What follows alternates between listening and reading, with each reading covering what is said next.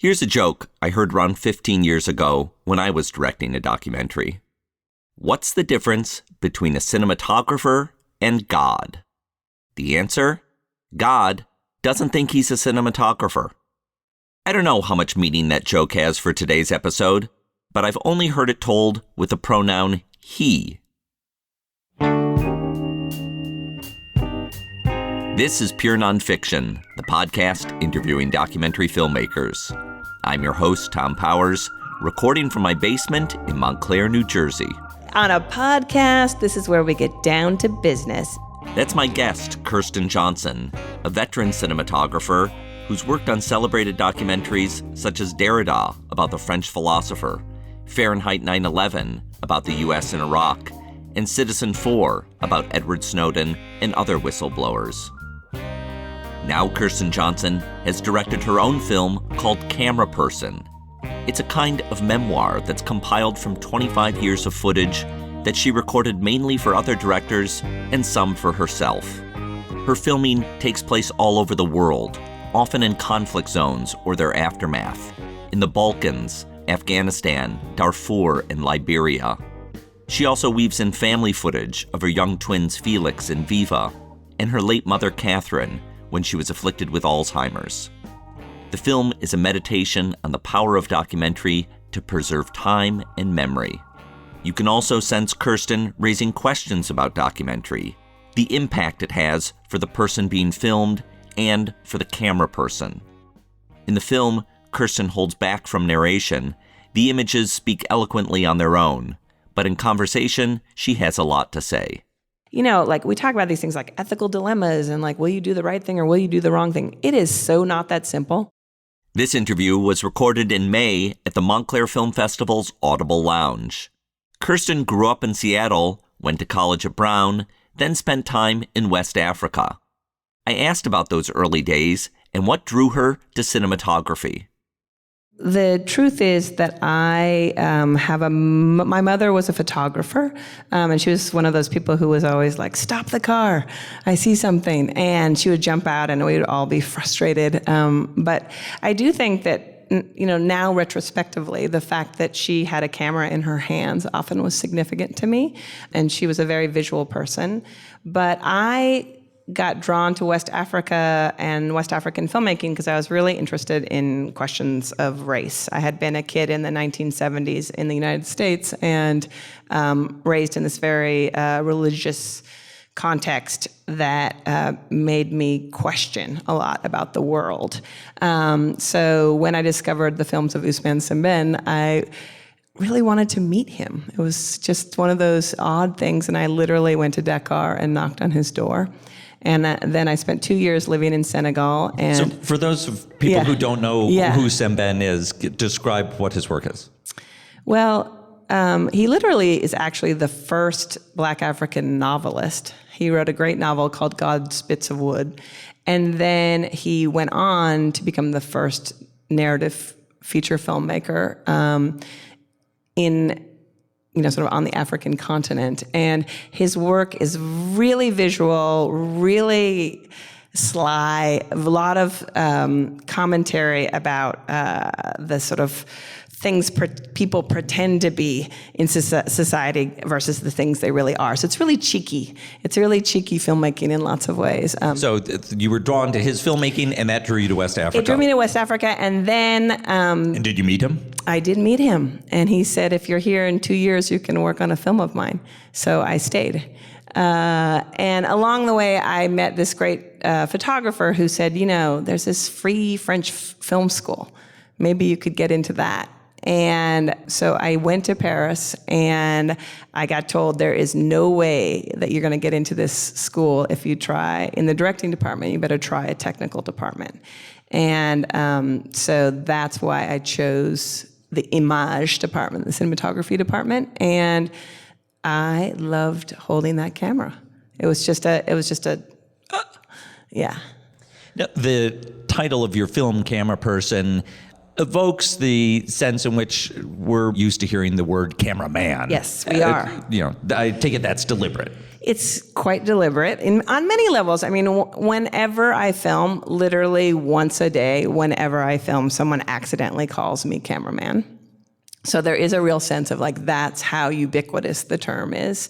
But it was also for me, one, it's sort of the working class name. It's like I'm a camera person is not, I'm a cinematographer, I'm a DOP, I'm a director of photography. I place myself in this place. And for me, it really is, it's a job of labor. I love the physicality of the job. So it was that for me.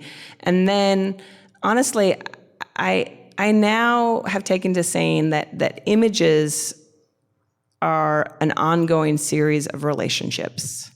Images exist because of the people behind the camera, the people in front of the camera, and because the camera is there. So there's this great simplicity to me in the title Cameraperson, because it basically says everything about this set of relationships. Did you stand out as a woman right away in school doing cinematography? No. At the school in France, it was half and half, and I certainly have always stood out on a certain level because I'm 6'2". So as a woman, being as tall as I am, I've always been a bit of a standout. And certainly in France, I was. But no, there's a real sense of some great camera people, French women like Agnès Godard, who were around, Caroline Champetier. There were people who were around, and it felt very possible to be a camera person. Do you feel there were more role models like that in France than in the U.S.?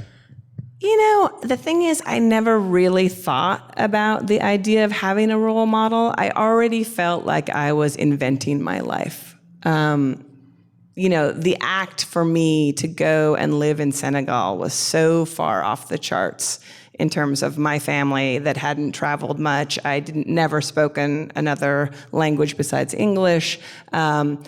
And I was incredibly naive when I went to Senegal. I didn't know that it was a Muslim country. I didn't know anybody there. I did this that was my greatest leap. And everything after that felt fairly like, that's an easy choice compared to what you just pulled off. So yeah, it didn't feel like I needed a role model. Now, retrospectively, I realize a few more would have been great, but yeah. I think you told me the earliest footage in Cameraperson is from the movie Derrida, where directed by Kirby Dick and Amy Ziering, following the French philosopher Jacques Derrida. How did you get into that project? Well, I recently resaw it with Amy for the first time in many years at Full Frame, and she was telling me a few things, in that Q&A. I learned all kinds of things about the film I didn't know, but basically, apparently she had a grant from the American Embassy that stipulated that she needed to hire certain people in France. And so I was an obligatory hire for her. And she had to hire someone from the French Film School. And so she came, and I remember she asked for someone who was bilingual, and I was it. And she was sort of shocked to find that I was American. Wow. Yeah. You didn't know that before? No, I had no idea, that I was not hired for my delightful personality and my talent, but sadly I was, an obligation. So what was that project like for you? That was early big project. What were you learning? Oh, it was an incredible experience because Derrida had been someone who did not want to be photographed, did not want to be filmed, and he was very ambivalent about the project in general. He didn't sign his release with Amy for years.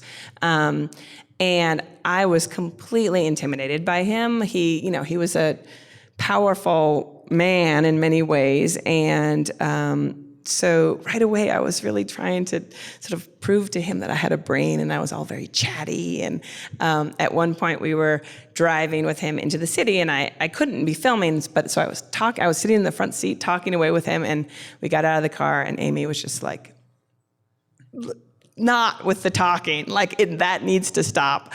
And I remember just being so shocked that she didn't think that I had been, so charming with him and all of this. And then the next time we shot with him, we were in his house, and he was trying to pack for a trip and trying to write something, and he was very frustrated with having us there.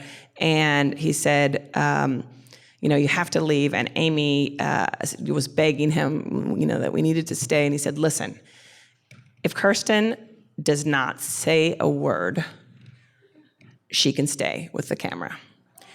And I was like, wow, I really must have been talking a lot. Not only be chewed out by my director, but by the subject. And so I stayed in his house for about 8 hours by myself. And I discovered what it was to show the way you think through the image. And I just became completely fascinated by what I learned about him through watching him and not through talking with him. And that was, I really feel like that was the moment that I said, oh, I love doing this. And such an odd privilege to be in someone's home, someone of that stature, such a brilliant person, to just watch him think and move around in his house and have an excuse to do that and a reason to be there. So that was sort of a, big turning point. Was there a point at which you felt like cinematography is what I want to be focusing on? And no, it's one of those classic cases where you keep doing the thing while dreaming you're going to do the other thing. And I remember learning that Maurice Pialat, who's just this great French filmmaker, always wanted to be a painter. And I was just like, why would he ever want to be a painter? He's such a great director. And then I remember at a certain point being like, oh, maybe I am a good cinematographer because I'm dreaming of being a director. You sort of like, it's less. You're just doing it with this real, you're just open and loose because there's not as much riding on it in a certain kind of way. And I felt like I was learning about filmmaking, and I just kept loving it. I kept, sort of getting these outrageous offers. Do you want to come to Brazil with me? Do you want to, film Jacques Derrida? And it was like, when was I going to say no? It was like kind of incredible to me that people were asking me to do these things, particularly since I barely knew how to film. Really. Let me ask you about a couple of the directors whose names come up with your film. The first one I want to ask you about is Michael Moore. Now, you worked a little bit on Fahrenheit 9/11. You're not a principal camera person, but you... Yeah, right. Well, I came in when much of the film had been shot and they really knew what they were interested in. And so we went to Washington, D.C. and filmed the scene in the film where Michael's standing on the corner, sort of going after Congress people, asking them if they're willing to send their kids to Iraq. And it was literally, Congress people were running away from us. They would see us on the corner and run away from Michael. And I remember him saying, this is what I used to feel like in high school. And it was such a revelation to me because I all of a sudden I was like, oh, he is comfortable with not being liked. And that is part of his power as a filmmaker.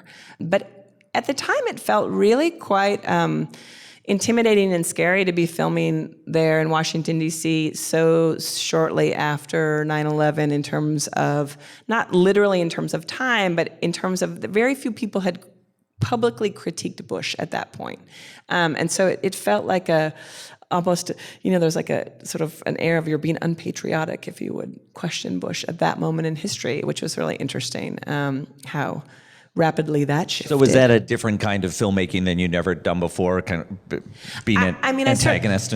Being an antagonist, yes, because in many ways what I love is to love the people that I'm filming, to create intimacy, to create trust, to open people up, and this was, sort of going after people with a camera in a certain kind of way.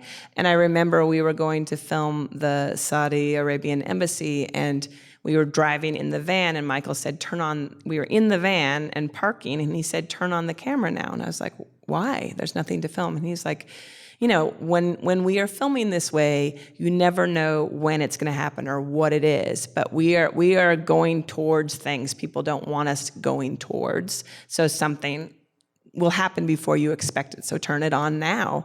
And he was totally right. Police cars started pulling up, as we were parking the car. So this really interesting thing of like the sort of the Secret Service police cars were pulling up on us just as we were pulling into the parking place across from the Saudi embassy. And those shots are in the movie, and they're sort of, they're like, I'm searching for focus and I'm trying to get the policeman. And it has this energy that's not, it comes out of the not perfect shooting. It comes out of the like, oh, I'm filming it out of the window as the door's opening. And I'm, so it has this whole other purpose and meaning. And he really taught me things like, you keep letting it roll. And, I teach now at NYU, and I have this student, Nanfu Wang, who made this incredible film called Hooligan Sparrow. And I got this email from her when she, was in China making her film. And she said, I did just what you told me you did with Michael Moore, where you don't stop rolling when the police come. And I was just like, but I wasn't in China. That is a very gutsy film, Hooligan Sparrow. Amazing film. So you quote a sequence in Cameraperson from your shooting on Fahrenheit 9/11, and I actually haven't seen Fahrenheit 9/11 recent enough to remember if that's a scene that's in the film or if you're. He's in it very briefly, yeah. So, but your quote, the sequence you're quoting, is taken from outtakes of a character who we see in the film. Yeah, it's basically an extension of the scene. There's the middle of the scene is in Fahrenheit 9/11, and it sort of opens it up where the Marine is talking about. This is a Marine who is critical of the war. Yeah, he's not going to return to Iraq, and so he basically sets up and talks about the way in which, as a soldier, you're not allowed to talk to the media, and basically explains to Michael the level of risk he is taking to be talking to us, and basically saying, I might go to prison because of talking to you, and. For me, that setup, so in Michael's film, you just see that, he doesn't believe in the war in Iraq and he's not going back. But so sort of giving the opening of it, saying the risk that he is taking to let us film him. And then I extend the shot to the end where he's biting his lip and you really see his fear and his bravery. And that was cut out of Michael's film. So let me ask you about a second director, which is Laura Poitras. So Laura Poitras had made two films. Her second film was really a breakthrough that was nominated for an Academy Award called My Country, that she filmed in Iraq largely by herself, if I'm not mistaken. And then the film after My Country is called The Oath, and she's filming in Yemen, and she's filming in Guantanamo Bay. And you are the camera person on that film. How did you come together with Laura? Well, actually, Laura was in Yemen, and when she realized there was a possibility of going to Guantanamo to film there while the trial of Salam Hamdan was going on, she knew there would never be a chance of being able to film inside the courtroom. But she just wondered if there might be something that someone could film. And she called me and she said, she'd been given my name, we'd never met. And she said, I'm really interested in sending you with a camera to Guantanamo, but you might not be able to shoot anything. I might just be sending you to sit in the trial.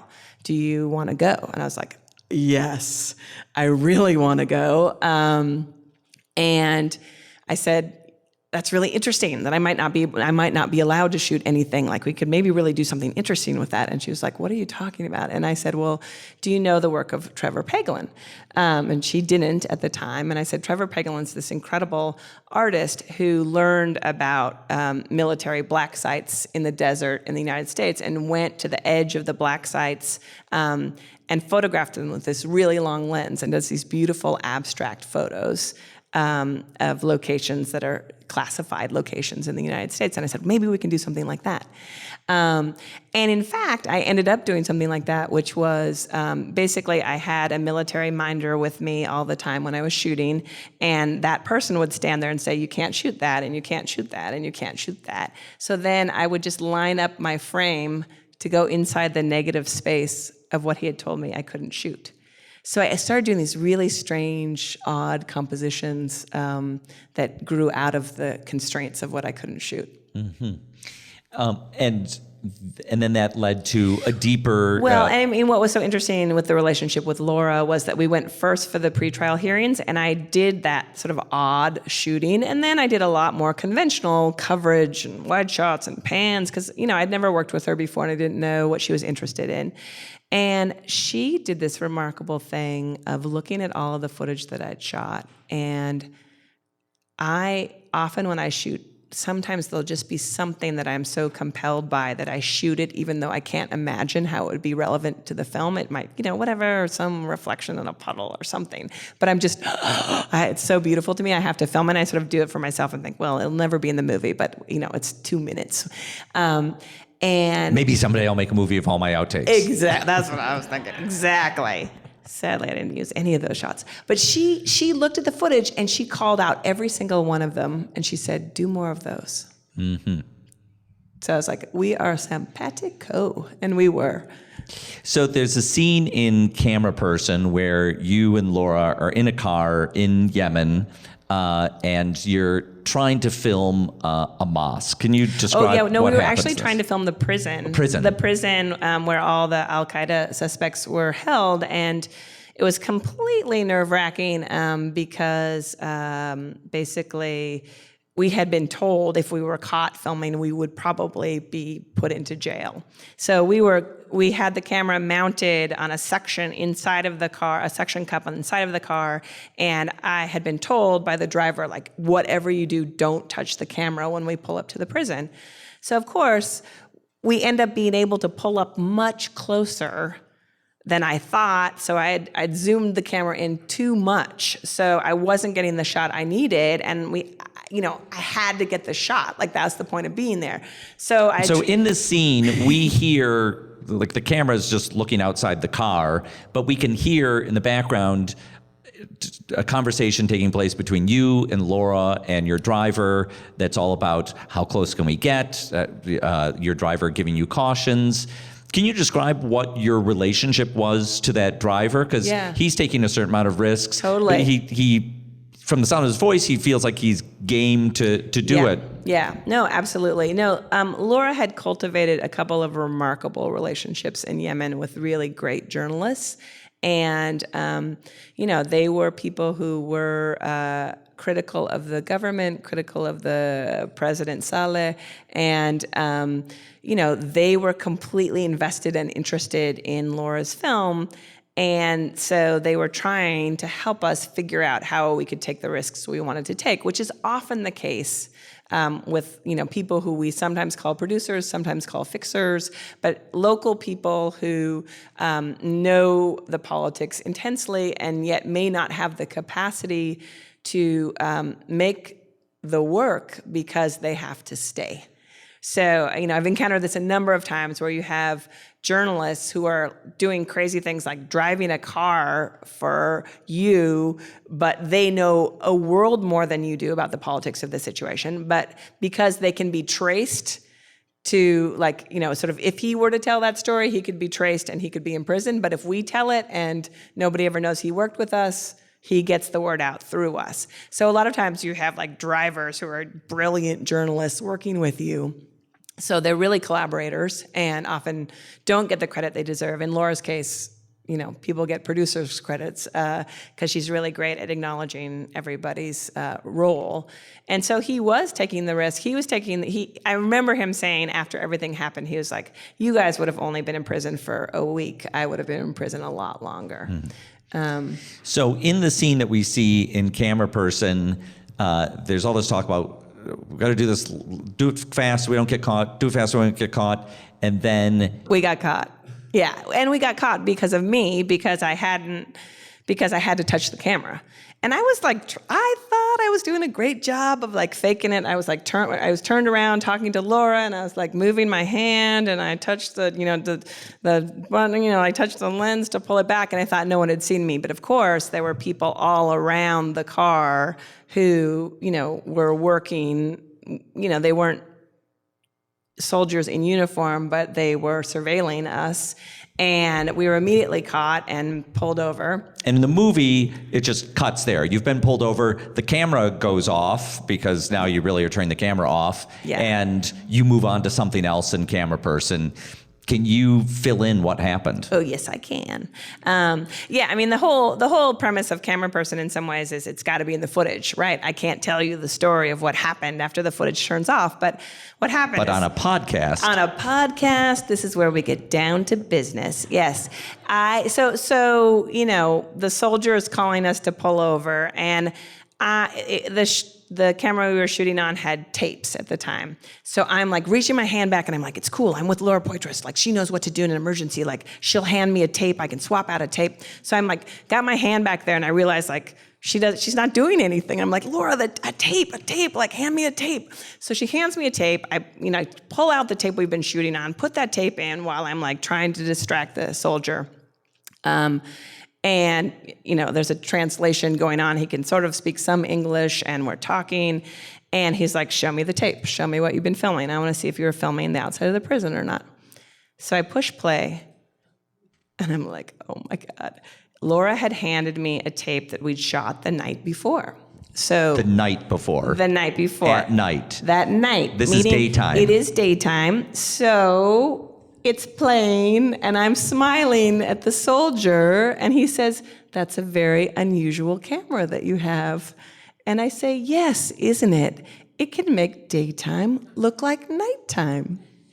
And then I just smiled at him, and he had this great twinkle in his eye, and he was like, I'm going to let you go because you have such an interesting camera. And I said, I would really appreciate that. And we got in the car and went, you know, and I was like, Laura, why'd you hand me that tape? We'll be back in a minute with more of Kirsten Johnson talking about Cameraperson. Mark your calendars for the 7th annual Doc NYC Festival, America's largest documentary festival, taking place November 10th to 17th in New York City. I serve as the artistic director. You can choose from over 100 feature documentaries covering true crime, music, sports, activism, and more. One highlight is the Doc NYC Shortlist, where we pick 15 of the strongest documentaries that we expect will be contenders in award season. Most screenings are followed by a Q&A with a filmmaker or special guests. If you make documentaries or would like to, don't miss the concurrent sessions of Doc NYC Pro, 8 days of panels, masterclasses, and happy hours where you can meet leading industry players and gain their insights. To learn more about getting a pass or tickets, go to docnyc.net. And now, back to our conversation with Kirsten Johnson.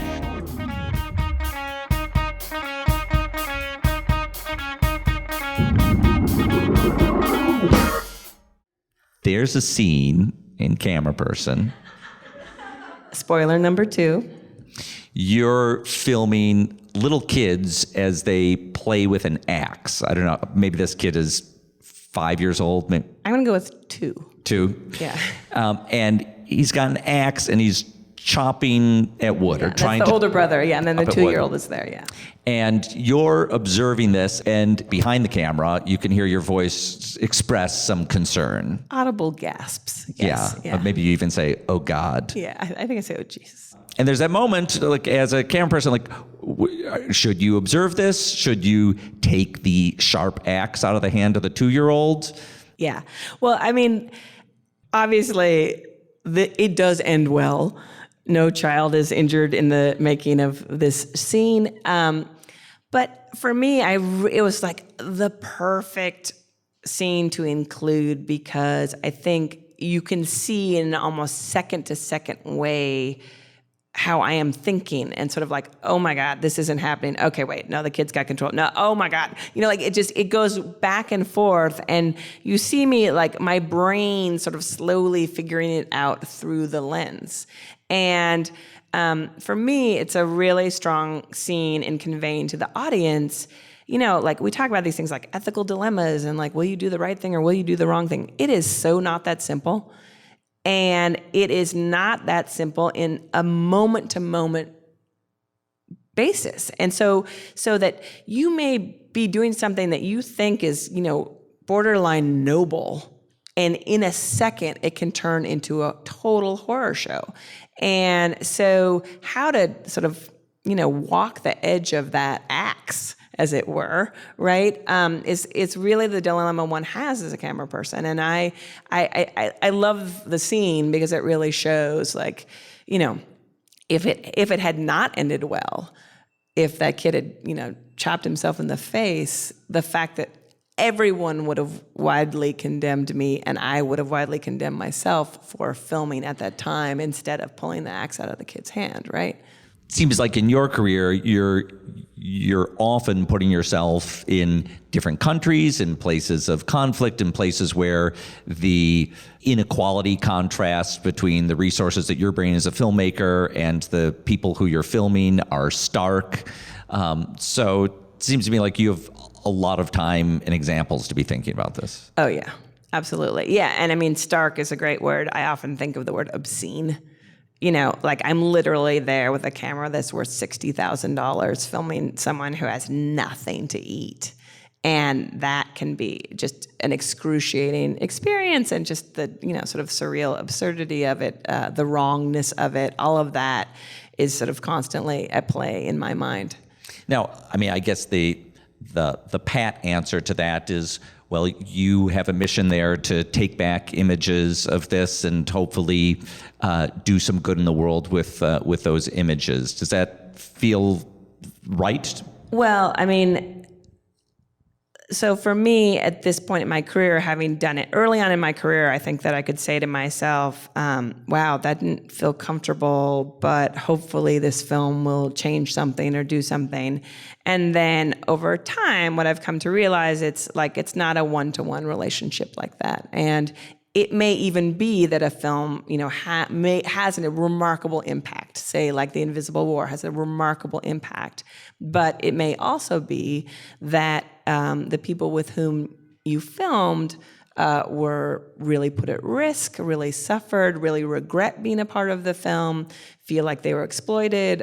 All of those things can also happen, even if the film ends up being part of a shift in a dynamic that will affect the problems whoever was facing at the moment you were filming them.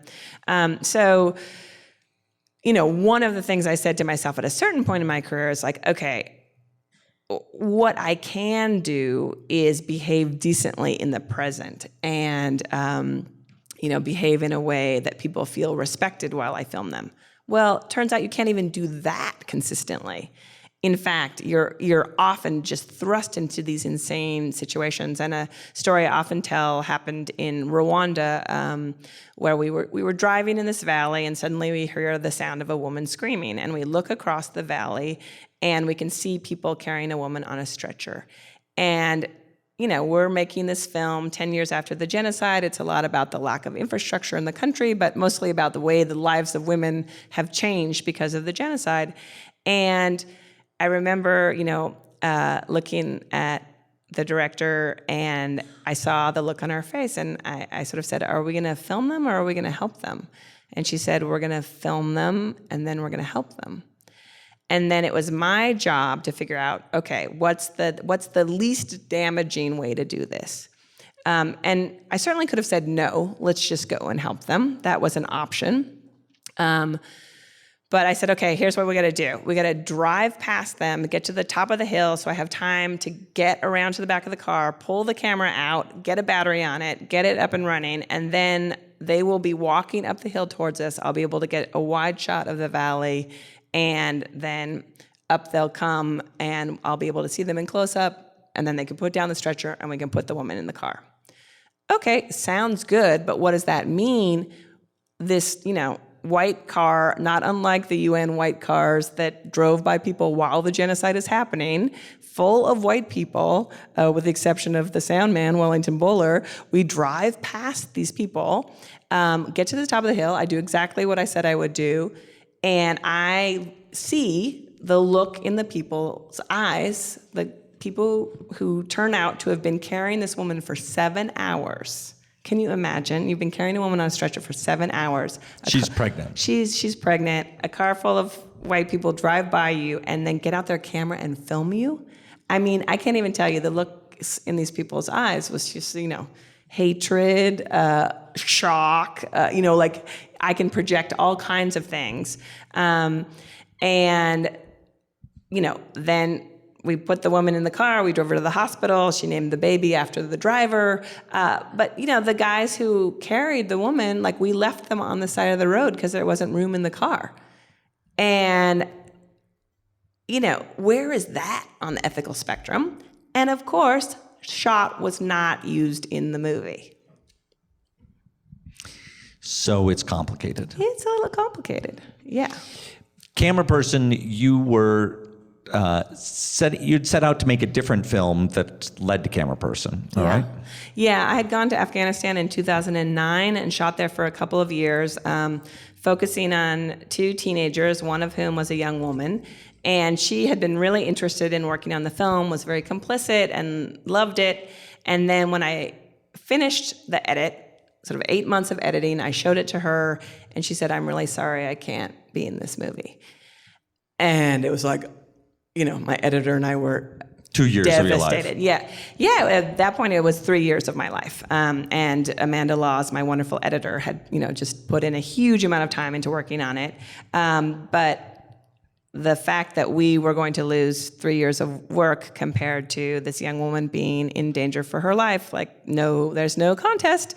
But what was interesting to me was, at first I was like, how did I miss this? How did I not see this coming? How could I have been so blind? I was really sort of beating myself up about it. And then little by little, I started to realize, no, actually, this is about a shift in a moment in history where it used to be that we as documentarians could promise people, whether they were political dissidents or they were talking about their father abusing them, we could say, we can protect you. This footage will not return to your town. It won't even return to your country.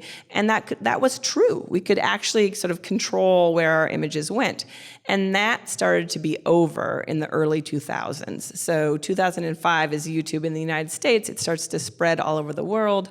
When I was in Afghanistan in 2009, smartphones weren't really there. YouTube wasn't there, I believe. Maybe it even was, and I didn't know it. But it didn't feel like anybody could see anything. But by 2012, there was no question that, somebody who knew this young woman could see her and tell the Taliban about it, give her parents a hard time, or simply her reputation would be so tarnished she'd never be married, etc. And so that was really interesting to me, because I said, oh, okay, we made a lot of promises for the last 25 years. And actually, maybe we can't keep any of our promises anymore. And so it made me start thinking about all these different situations that have troubled me, and ones that I can't get out of my mind, and ones that haunt me, and ones that I just want to really know what happened. And so that's when I started reaching out to directors to say, can I see that footage, and can I see that footage? And that becomes Cameraperson. That becomes Cameraperson. In the course of going back and trying to pull footage from 10 years ago, 20 years ago, what did you learn about the state of independent film archiving efforts? Oh. Some people have some very nice closets. Some people don't remember where their storage units are. Some footage is completely gone. Much of it was on formats that, I was like going back to DV tapes that had to be transferred. And I have the unfortunate, I just can't even believe that I've made a film of like the worst period in camera gear. Basically, I started just at the end of 16 millimeter, and then everything I shot was on standard def with integrated lenses. Now anybody almost picking up their iPhone shoots more high quality footage than what I shot for the 25 years of my career. So it was just painful in many ways going back. But then I realized at a certain point, like, images are in history. And yet, for someone who hasn't seen the film, I should step in and say here that there's a striking amount of very high quality image making taking place. It's not the gear, it's the eye. Oh, is that so? Yeah, I mean, it's like everyone always asks in Q&As, like, what camera did you use? And it really, like, I always say back, listen, you can be shooting on anything. It's just the way you are shooting, the care with which you're shooting. But it is true in a certain way that Cameraperson proves that to me, because I was shooting with gear that now people would say, like, oh my God. But I do think what's also interesting is that you can see historical time in the quality of the footage, and even in the format. I have some 4:3 imagery in the film, and I sort of love that about the film, that it documents both the history of documentary filmmaking in a certain way, like through personal docs into social impact docs, as well as talking about how the image, the sort of technical quality of images has changed. Getting back to what I was saying, what I was asking about the state of independent film archiving, it strikes me that in the world of independent film, everyone is always thinking about their next film and not thinking about, hanging on to the material that they've already shot. And in a way, it's a shame, because you build up a collection of footage over a couple decades. You're not thinking that maybe it's worth anything, although I think, like a fine wine, the more it sits, the more valuable it becomes. Yeah, I mean, I think it takes us all a long time as human beings to realize that we're in history. We're in the present of our lives, and we don't realize that we're going to age and things are going to change, and sometimes change radically. We don't quite get that for a couple of decades into our adulthood. And so, what I found in going back to footage, it's like a record of loss. Like, there's all of these people who I loved and filmed with who've died already. And in one case, I filmed with this man, David Keaton, who I dedicate the film to. I filmed with him twice, and he was the first man exonerated in the United States. And, exonerated. So he had been sent to death row, convicted of murdering a police officer, and he was not guilty. And he was the first person who was discovered to be innocent on death row. So he was released, and he lived in this small town in Florida, in Quincy, Florida. And I had filmed with him once on our film called Deadline, and then again on Katie Chevenix's film Election Day. I'd gone back to film, if a former felon could still vote, that kind of story. So I'd filmed him on the, Election Day of Bush's second term. And we just really had this. We'd been through a lot together. I'd filmed with him a lot, and I, in making Cameraperson, I kept being like, oh, this is going to be great. I'm going to get to talk to David Keaton again. And so I got out the footage, and I was going through it and trying to find the material that I wanted to use in Cameraperson. And I remember I had to pause the footage and go somewhere and leave it recording. And I just like I walked out of the room, and his face was playing on the screen. And this was just this man who, like, I really had a deep connection with, hadn't talked to him in several years. And then 2 days later, his brother reached out to us and said that he died. And it was like the craziest thing of like going back and finding him alive on the screen, and then he was dead. And now, I can give all of that footage back to the family. And so this sort of thing of death and life, how film actually can't really bring people back to life, but it can. I've always loved in Veritov's Man with the Movie Camera how there's that one moment where there's a still image of an old lady, and then it becomes a moving image of an old lady, and it's really palpable, the difference between what a photograph does to make someone come back to life and what filmed material does. And so that's sort of how we came to that moment in the film where my mother comes back to life. So that's the last person I wanted to ask you about in this film, which is your mother. Throughout the film, your mother reappears. You're filming her sometimes at a point in her life where she's losing her memory, which adds another layer to this idea of memory and hanging on to memory through film. Was it different filming your mother than filming strangers? Well, just to step back for a moment, my mother was diagnosed with Alzheimer's, and I think there are many people who will see the footage in Cameraperson and see it as a betrayal. How could a daughter ever film her mother in that condition? And it was a betrayal. My mother never wanted to be filmed by me, just in general. Like when I became a camera person, she always sort of put off, anytime I'd say, oh, I want to film an interview. She said, no, don't want to do it. And I think in some ways that belongs to that older time when it was so uncommon to film someone that if you decided, oh, I'm going to go film you, it was often like, you're old and dying. I want to film you, right? I'm going to film the story of your life. It was like you would film the aging Holocaust survivor. You would film your grandparents to know what had happened, but it was sort of a sense of like, you're not going to be here anymore. That's why I'm filming you. So that might have been why my mom didn't want to be filmed.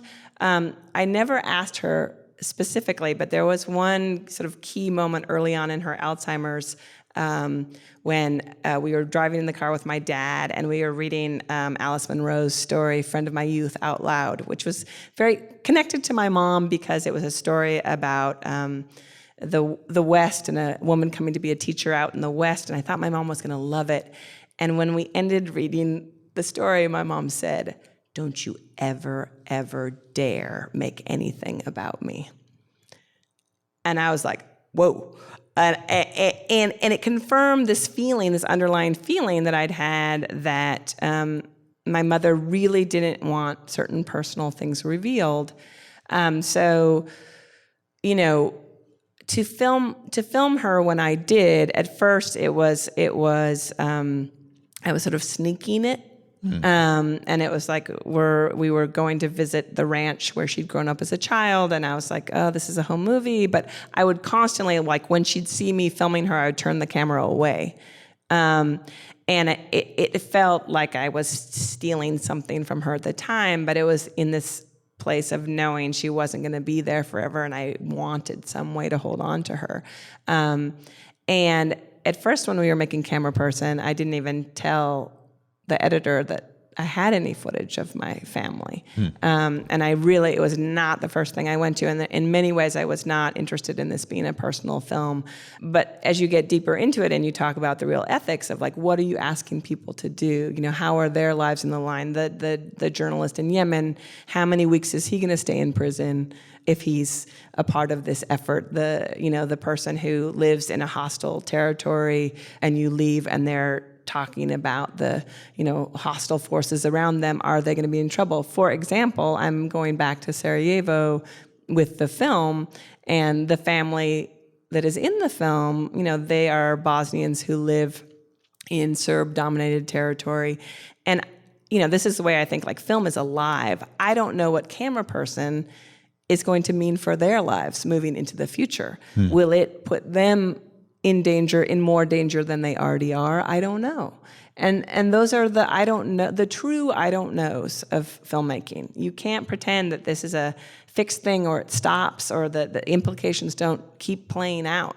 It's very alive. But so I wanted to implicate myself in the betrayal of my mother in some ways. And yet also, I think it's really clear in the film, you see the love that is there, and when she's deeper into her Alzheimer's, she appears to be enjoying herself while being filmed. So where's the what in that, right? The words get stuck in my throat. The words get stuck in my throat. I want to thank Kirsten Johnson for her words not getting stuck in her throat. This song is an inside joke between us. You can hear it in Scooby-Doo Mystery Incorporated. That's a favorite of my 6-year-old son and her twins. Kirsten's film Cameraperson is released by Janus Films and is now playing in theaters. Pure Nonfiction is distributed by the TIFF Podcast Network. Thanks to our team, series producer Michael Scotti Jr., sound mixer Kyle Murphy, web designer Cross Strategy, marketing coordinator Sarah Moto, social media handlers Jordan Smith, Alana Schreiber, and executive producer Rafaela Nehausen. I'm Tom Powers. You can follow me on Twitter at THOM_Powers. If you're in New York City this fall, you'll find me on Tuesday nights at IFC Center for Stranger Than Fiction, presenting a retrospective of documentaries by Jonathan Demme. If you like what you've heard, please subscribe on iTunes. We'll be back next Thursday with a new interview. Until then, you can read our show notes, learn about live events, and sign up for our newsletter at purenonfiction.net.